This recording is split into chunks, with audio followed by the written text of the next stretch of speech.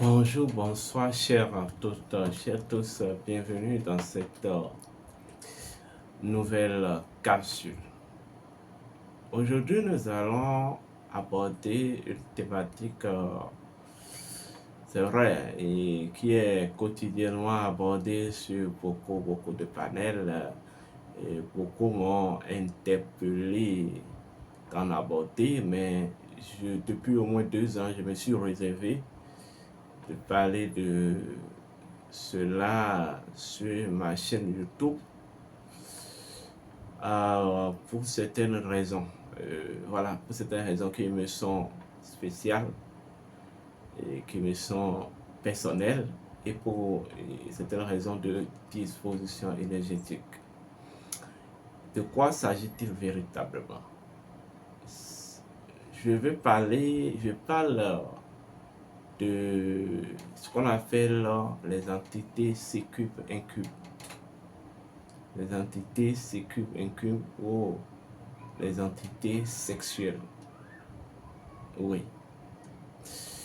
Je vais vous révéler le principe premier de ce qu'on appelle les entités sécubes incubes et je vais vous expliquer leur mécanisme de production et de fonctionnement. Et par là, vous allez comprendre que les entités sécubes incubes peuvent tout simplement vos conditionnements émotionnels vivifiés et c'est un débris ou c'est un résiduel énergétique de votre sang. Oui. L'homme grand H ignore qui il est. L'homme grand H ignore qui il est. Or, en réalité, ne serait-ce que vos pensées, vos émotions, vos paroles, vos actes constituent en fait des poids en termes de vibration dans en fait le mécanisme de fonctionnement cosmique ou dans le mécanisme évolutif et involutif de la nature. Nous ne pouvons pas comprendre ce que c'est que les entités sécubes incubes si nous ne l'abordons pas et que nous ne développons pas d'abord ce que c'est que l'animisme, puisque l'animisme en a bien compris et en a réglé ce problème depuis des lustres. Ce problème en termes de compréhension. D'abord, avant de commencer, on m'appelle Sri Euseb Arwandjin. Je suis instructeur spirituel métaphysicien. Je vous prie de vous abonner massivement à cette chaîne. Likez massivement la vidéo et partagez la vidéo. Premier niveau de conscience. Les entités sécubes incubes ne sont que, en réalité, les fonctions de votre conscience et de votre être. Pour commencer, d'abord, comprenez le lien entre la conscience et l'être. En réalité, l'être énonce notre identité profonde et notre état d'âme identité sur au plan en fait originel. L'être, la notion de l'être ou le principe de l'être retourne au principe ou à la notion de l'être-té. Et quand on parle de l'être humain, c'est tout simplement une forme d'une créature dont en fait l'identité profonde est l'essence et la manifestation de l'être-té de la vie, l'être-té de la vie au plan manasique. Parce que ce que l'être humain a de plus précieux, plus formidable que les autres créatures, c'est sa capacité à vouloir. Parce que quand on parle de la mémoire ou de l'imagerie ou de la voilà, du mental, il ne s'agit pas d'une capacité. Non, il ne s'agit pas uniquement d'une essence de capacité, mais il s'agit fondamentalement d'une essence capacité de volonté. Parce que l'instance capacité, c'est comme un moteur. Vous comprenez? C'est comme un moteur.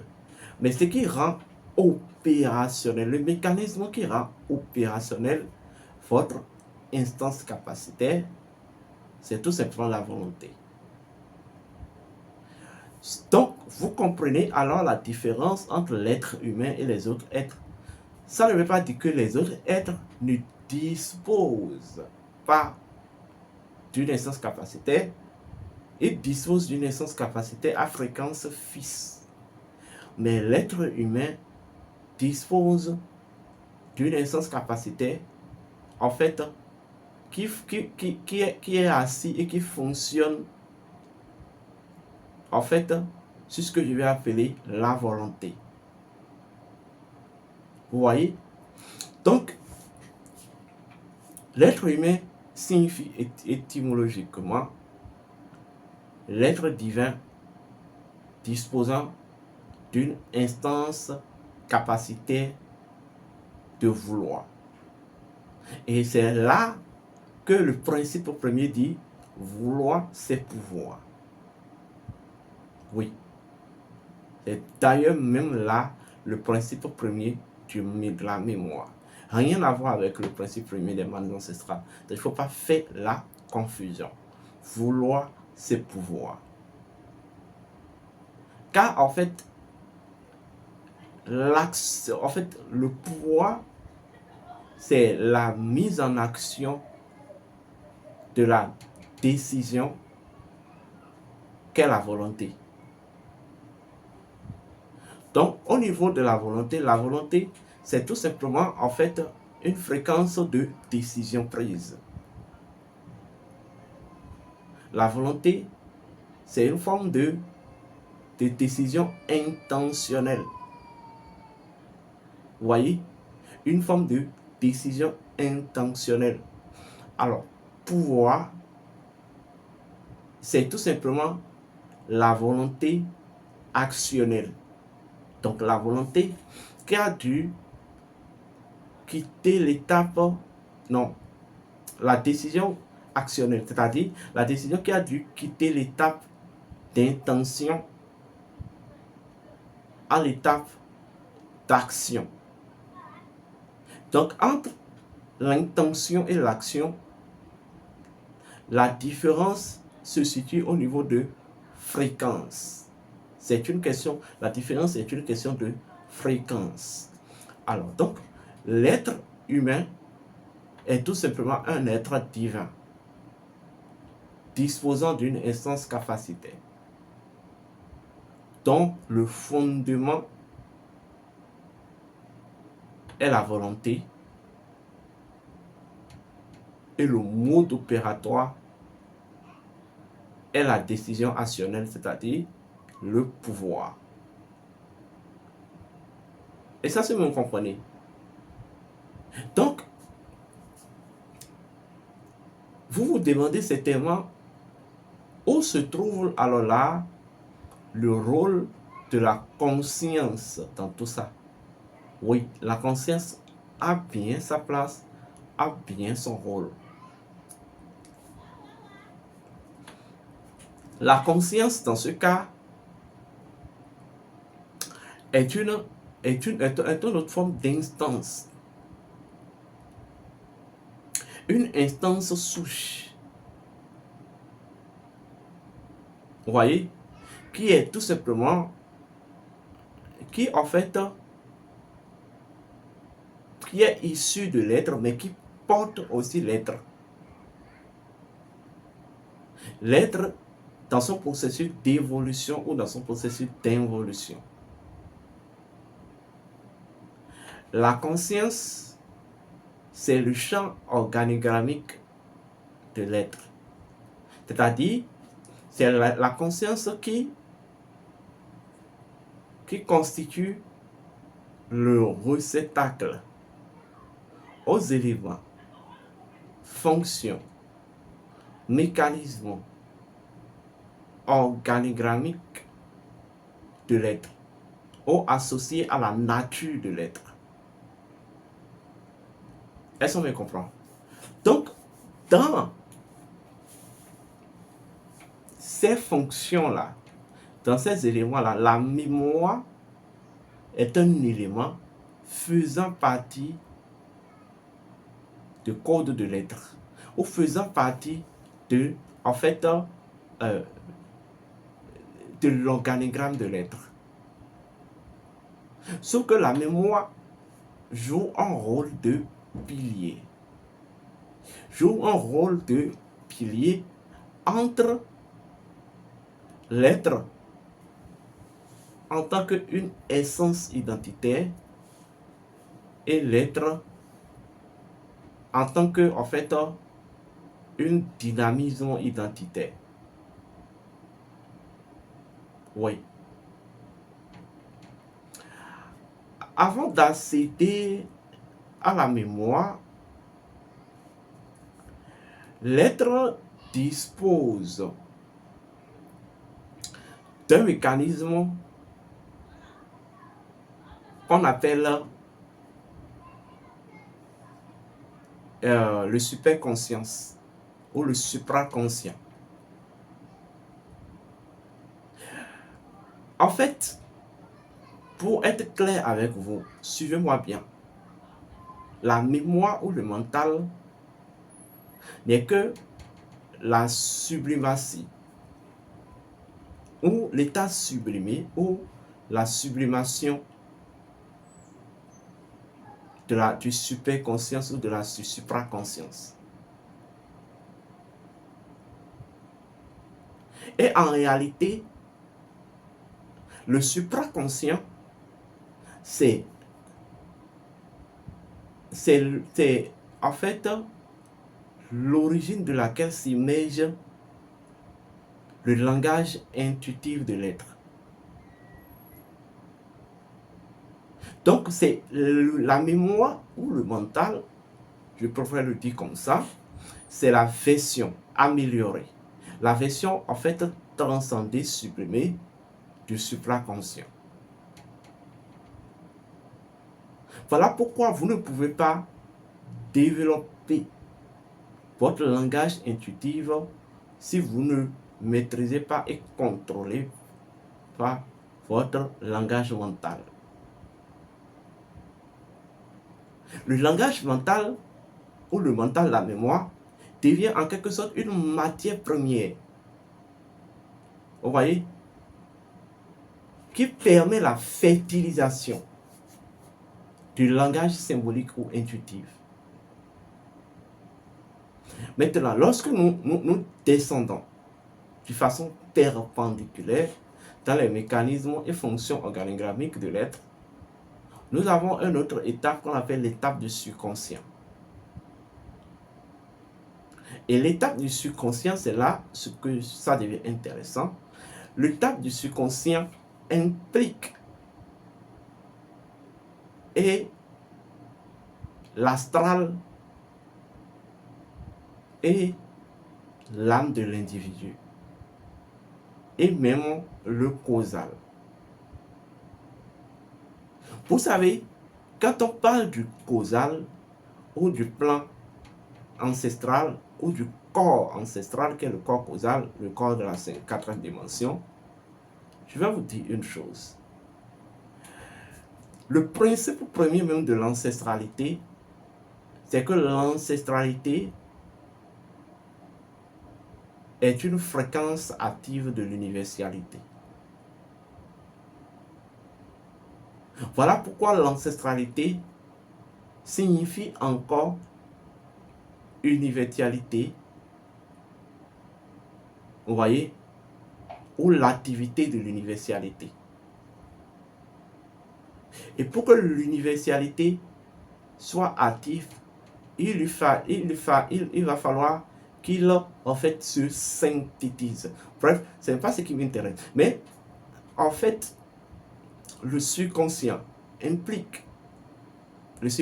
humain implique ce qu'on va appeler l'astral, le causal ou l'astral, l'ancestral. Et l'ancestral, c'est-à-dire le corps causal et le corps astral. Et dans le subconscient, nous avons un élément qu'on appelle les émotions. D'abord, le noyau du subconscient, c'est ce qu'on appelle l'astral. Vous comprenez?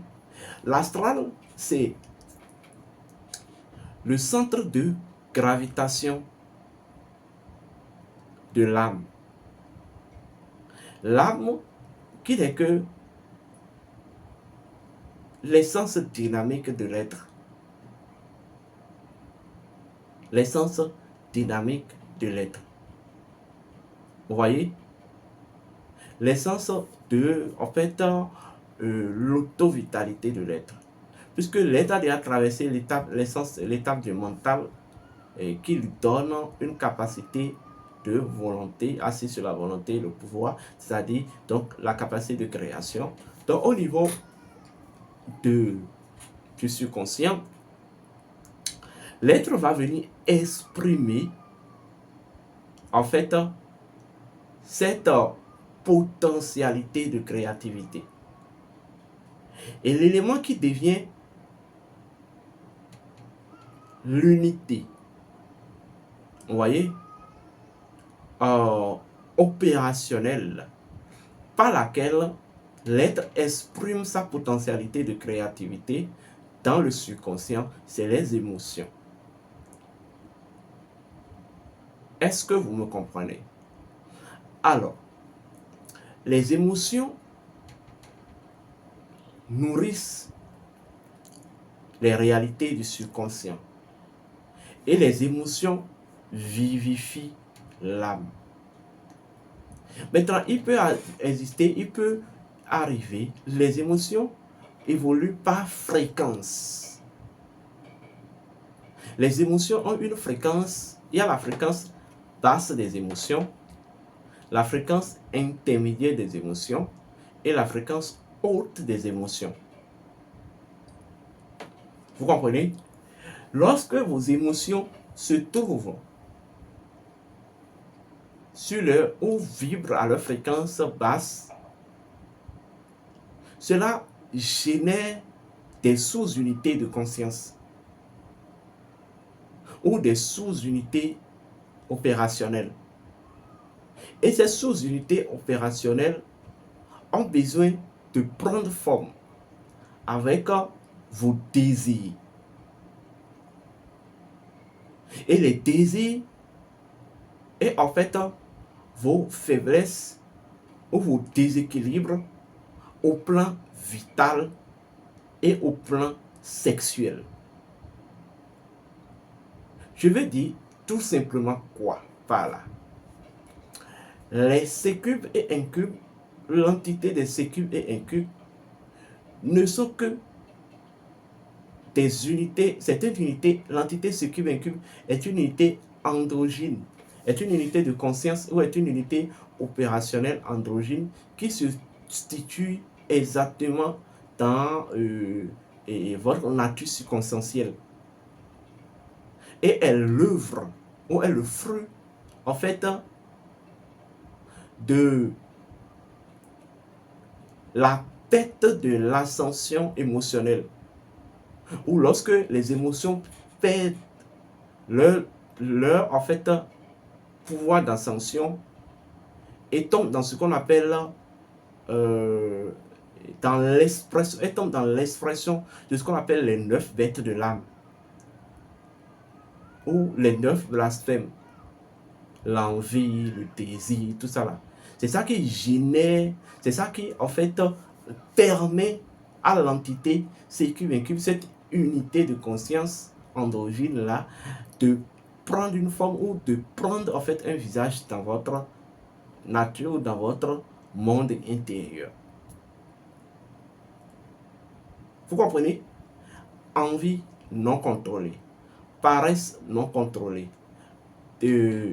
désir lucide non contrôlé.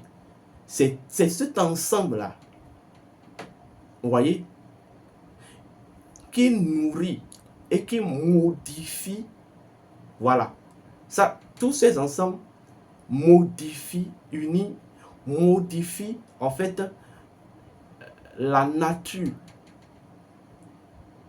de votre identité émotionnelle lorsque elle tombe vers sa fréquence basse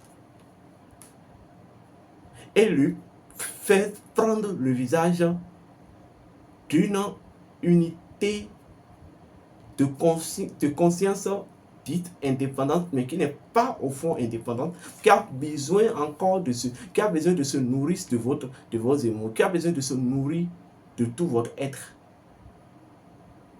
Et cette entité a besoin, alors pour se nourrir, a besoin de vous faire croire qu'elle est différente de vous, elle est votre contraire, et c'est comme ça il se positionne, parce que elle doit en quelque sorte exprimer ce qu'on appelle la polarité. Et c'est grâce à la polarité, c'est grâce à la... Elle doit se polariser. C'est grâce à sa polarisation qu'il peut avoir la possibilité maintenant de capter votre lumière.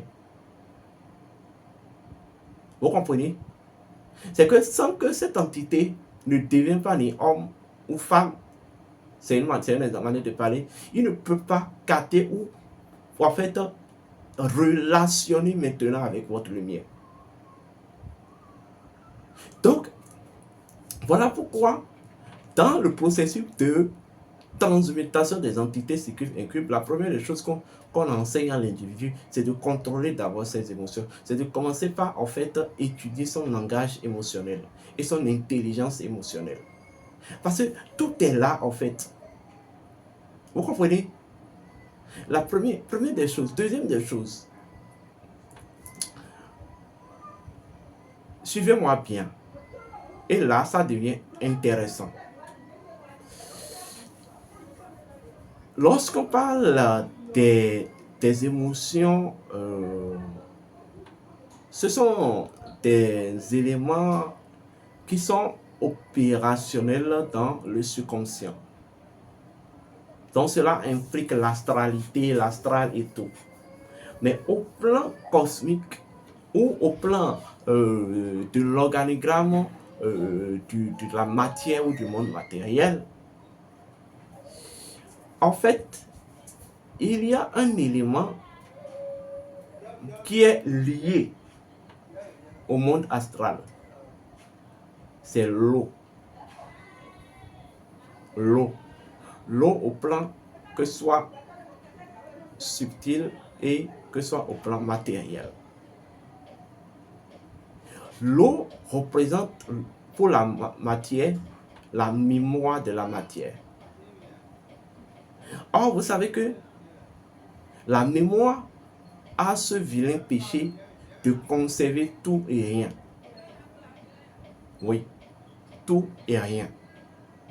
Alors, lorsqu'il arrive que dans une lignée de sang, vous avez interagi avec certaines entités de l'eau, ou lorsqu'il arrive dans une lignée de sang où quelqu'un a eu à faire des avortements, où les âmes se sont ou ont été libérées dans le monde de l'eau, ces âmes, ou en quelque sorte, ces entités, cette action entité que vous avez posée, va en fait se faire nourrir par la lumière de l'eau et va s'infiltrer dans en fait l'organigramme de votre lignée de sang. Il va devenir alors une entité intégrante de votre lignée de sang. Vous comprenez? Et par en fait le chemin du sang trouvera la possibilité d'intégrer directement votre âme sous la forme de succube incube. Et son objectif alors serait de grandir. Et pour grandir, elle a besoin de se nourrir de votre vitalité.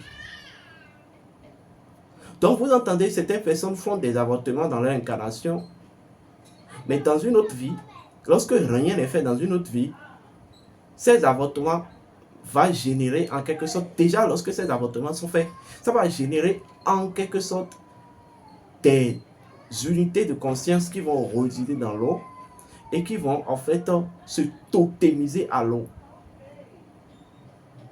et intégrer en fait la mémoire de votre âme, vous poursuivre jusqu'à votre nouvelle incarnation et se présenter dans un visage en fait androgyne maintenant pour vous déranger, dont les sécubes incubes avec laquelle on est là et on dit que oui, on va consulter l'oracle, on dit qu'il y a un sécube incube qui dérange la personne depuis sa naissance ou depuis son jeune âge, en fait tout ça ne marche pas. Ça veut dire que dans sa vie antérieure, où en fait les ascendants de son sang ont y a manipulé certaines entités dont l'eau a en fait sauvegardé dans sa mémoire et nourri dans sa mémoire ces actions entitaires, mais qui doit d'une manière ou d'une autre, puisque la nature doit restaurer son équilibre, ces actions entitaires nourries et en fait sauvegardées par l'eau doivent retourner à leur source. Mais pour retourner à leur source, il faut passer par une interface qui est le sang.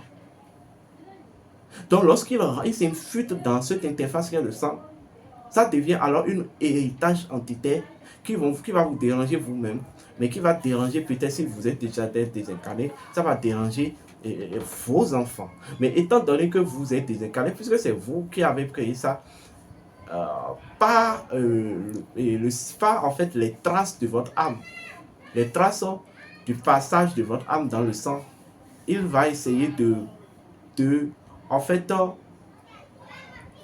retrouver votre âme, s'infiltrer maintenant dans votre âme, parce que quoi qu'on dise, vous êtes passé dans cette lignée de sang, donc les traces de votre passage, les traces du passage de votre âme ne peuvent jamais se perdre de cette lignée de sang là.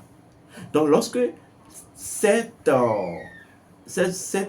actions entitaires ou ces avortements générés en entité, on revient maintenant dans le sang et que que l'individu n'est plus en incarnation, il faut maintenant en fait suivre les traces, passer par les traces, voyez, du passage de cette âme dans cette lignée de sang pour localiser l'âme et maintenant attendre à ce que l'âme maintenant prenne contact avec un autre sang et passer maintenant par là et s'infiltrer dans l'âme.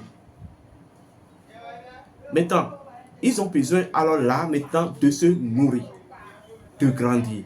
Donc ils ont besoin maintenant de capter maintenant la lumière de votre âme. Et pour capter la lumière de votre âme, il va falloir à ces entités de se polariser et d'interagir de façon relationnelle avec vous par imagination, par sexualité imaginative.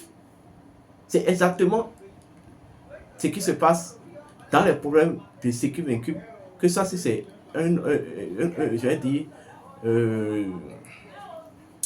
si c'est un héritage entitaire du sang, voici ce qu'il s'agit. Mais si c'est un héritage entitaire du sang, et l'héritage entitaire du sang, ça peut être voilà, le fruit des pratiques entitaires bizarres liées à l'eau, effectuées par un ancien et tout, mal contrôlé. Ça peut être les avortements faits par quelqu'un. Quel que soit le cas, ceux qui sont liés par descendance à cette personne-là dans la lignée de sang vont bénéficier des conséquences. Premier niveau. Deuxième niveau, lui-même, qu'il soit encore dans ce sang en incarnation ou pas, dans une autre vie ou non, il va bénéficier des conséquences. Et c'est là, vous entendez souvent la personne, on dit, vous lui faites consultation, on dit qu'il y a un sécube incube qui le suit, qui fait que il ne peut pas se marier et tout. Voilà. Maintenant, Troisième aspect, lorsque la femme n'est pas en train de tomber enceinte, et on va voir certaines entités, c'est surtout les entités de l'eau et certaines entités liées à la terre, et on les demande d'enfants. Et lorsque vous demandez d'enfants, ils vont vous donner d'enfants, un des leurs. Suivez-moi très bien, un des leurs. Vous n'allez pas vers une entité lui demander de l'enfant et espérer qu'il va vous donner un enfant différent de lui. Vous allez tomber enceinte, mais forcément il doit avoir une contrepartie. La contrepartie est que par ce don-là, il tisse une alliance avec votre âme. Vous comprenez? Et par là, puisque l'entité a besoin de grandir en pouvoir, si rien n'est fait, il va prendre en fait ce qu'il vous a donné, qui est maintenant à l'intérieur de votre sang, passer par cette interface de ce qu'il vous a donné pour se nourrir de la vie, pour se vivifier par votre sang. Peut-être en empêchant, en devenant vaincu ou en devenant entité sexuelle qui vient faire l'amour avec l'individu, le nez, ou qui vient faire l'amour, puisque l'individu maintenant n'est plus une entité élémentale, c'est une entité qui s'est élémentarisée. Donc, il s'est élémentarisé parce que, puisque l'individu, l'enfant là, vient de ces entités. Donc, c'était de source un élémental. Vous comprenez? Maintenant, étant donné qu'il a été injecté dans une lignée de sang, le sang va lui faire élever du niveau élémental au niveau élémentaire. Donc, il devient, en tant qu'existant de ce sang ou existant vivant ou humain, il devient alors une source d'approvisionnement en termes de vitalité à son origine entitaire et aux éléments, aux entités qui constituent son origine identitaire et naturelle. Est-ce qu'on me comprend? Et ces entités vont en fait établir certains mécanismes, plusieurs mécanismes pour en fait toujours à travers cette interface-là prendre ce qui est le leur. Ils ont besoin de vitalité, d'une vitalité issue d'une essence humaine. Donc, il peut essayer de créer un phénomène d'acte sexuel nocturne, voilà, par laquelle l'individu va se voir tout le temps en train de faire l'amour, une femme, un homme.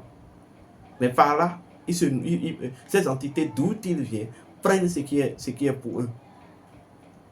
Lorsque vous êtes dans ce cas-là, ce cas espèce-là, il vous faut une purification, il vous faut un coupure de lien. Et il nous faut en fait ce qu'on appelle une reconstitution de cas. Lorsque vous êtes dans un cas où ils ont fait promesse avant que vous vous incarnez aux entités, vous deviez faire une rituel de substitution de promesses et de coupure de sang.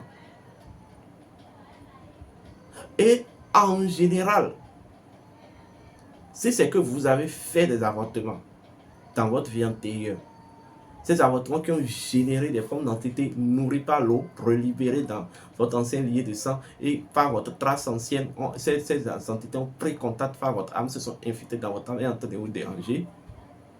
Vous devez faire une purification profonde. Mais de façon factuelle et technologique. Vous qui êtes dans ce cas-là, achetez l'étoile du matin. Le médaillon étoile du matin.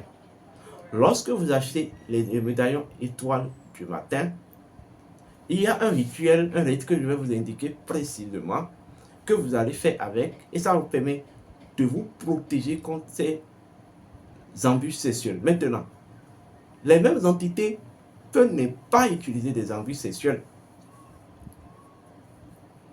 Ou peut maintenant trouver un autre mécanisme. Là, de vous faire manger la merde dans le sommeil. C'est-à-dire, là, de vous faire manger le caca dans le sommeil. Vous savez comment? Vous savez, quand on dit, vous savez que beaucoup mangent du caca dans le sommeil? Oui, oui, oui, oui, oui. Je vais vous expliquer. C'est le fruit. Ça, la plupart du temps, c'est le fruit des entités cubain.